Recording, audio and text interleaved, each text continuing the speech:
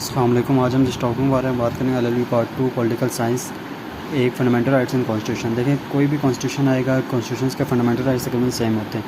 तो मैंने एक क्वेश्चन तैयार किया, एज अ फॉर्मेट तैयार किया है इसको, और आप ताकि आपके लिए आसानी हो। अगर आप इस क्वेश्चन को इस तरह अगर अटैम्प्ट कर लेंगे तो किसी भी कोई भी कॉन्स्टिट्यूशन आ जाए उसके लिए आपको तकरीबन एक क्वेश्चन तो लाजमी आना ही आना है पेपर में फंडामेंटल राइट्स का।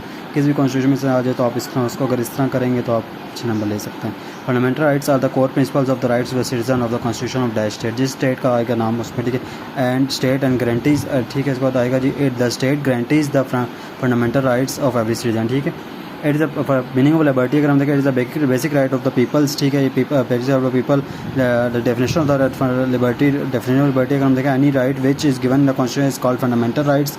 ऑब्जेक्ट ऑफ लिबर्टी अगर हम बात करें, the basic object behind the fundamental rights are those right which are given which give the liberty and they are challenge in the any court of law, they are describe in the constitution. ठीक है, उसके बाद हम authority to challenge the fundamental rights only the injured person, मतलब injured होगा जो victim होगा, may file a writ in case of violation of the fundamental rights and the court may compensate the damage to the injured person. Injured होगा या victim, आप जो मर्जी लिखें। काइंड्स ऑफ राइट्स अगर हम देखें तो there are two kinds of rights every citizen of the dash state, जो भी स्टेट होगी इसके फंडामेंटल राइट्स और ऑर्डिनरी राइट्स। सबसे पहले हमें पता रहेगा right to assemble. Each citizen of the dash state has a right to assemble, the right to make the association with the limits of law which is followed in the dash states. in it is a right of the state to suspend or close any association which is against law and endanger the fundamental rights। अगर कोई fundamental rights उसके against होंगे तो उसको बंद कर सकती है। उसके बाद हमारे पास दूसरी हेडिंग है right to education. Education is the basic part of the constitution of every because the dash state is responsible to the equality of education and each and every facility to education system for the valuable education। ठीक है, अगर education का ज़रूरी है, ठीक है, education के बारे में।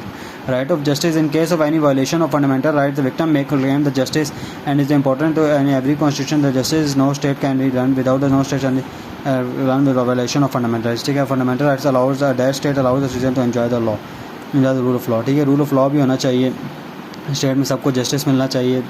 ठीक है, तो नेशनलिटी है कि according to international law every person has a right to get the nationality from the state in which the person is live to, so the dash state allows every person to choose, ठीक है, nationality of the state. तो हमारे पास आएगा right to personal freedom. ठीक है, personal freedom होना चाहिए। No citizen can be arrested without the approval of by the decision of the court. ठीक है, उसके बाद law protect family, protection of family हमें मिलनी चाहिए।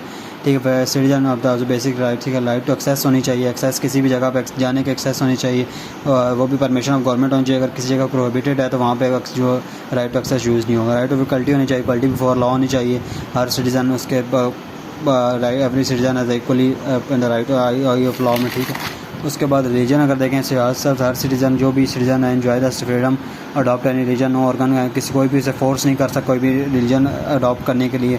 राइट टू वोट, अगर कोई भी फुलफिल अगर करता है रिक्वायरमेंट्स के स्टेट की तो फिर उसको किसी डिस्क्रिमिनेशन, कलर, रेस, रिलीजन के डिस्क्रिमिनेशन के अलावा उसको राइट टू वोट होना चाहिए। इसके बाद राइट टू, अगर पॉलिटिकल पार्टी भी आप इसमें लिख सकते हैं। ठीक है, right to hold political party, public office वगैरह। Citizen of the dash state freedom of speech होनी चाहिए। Press criticise the government policies. ठीक है, वर्क, इसमें सिटीजन की ड्यूटी भी है और उनका राइट भी है कि उनको वर्क, वो लोग काम करें, और स्टेट की ड्यूटी है कि उनको कोई प्रॉपर चैनल के थ्रू, कोई डिफरेंट चैनल्स के थ्रू उनको अपॉर्चुनिटीज़ दी जाएँ। सोशल सिक्योरिटी की इसके बाद बात करेंगे। Citizen of the dash state right to receive material assistance, अगर वो इल हैं, डिसेबल हैं और ओल्ड हैं तो उनको मिलनी चाहिए, सोशल सिक्योरिटी मिलनी चाहिए।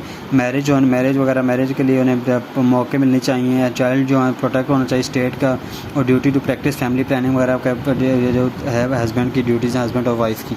Right to probation of slavery जो है, फोर्स स्लेवरी वो नहीं होनी चाहिए। अगर उसका कोई स्लेवरी, अगर फोर्स स्लेवरी होती है तो उसको कोई भी सिटीजन फंडामेंटल राइट्स के थ्रू उसको चैलेंज कर सकता है कोर्ट में। राइट टू प्राइवेसी होनी चाहिए, किसी को भी अपने घर में या ऑफिस वगैरह में तंग नहीं करना चाहिए। अगर कोई भी करे तो वो विक्टिम जो होगा, जिस बंदे के साथ होगा, वो जिसका राइट को वायलेट किया गया है, वो उसको क्लेम कर सकता है कोर्ट में। Thank you very much.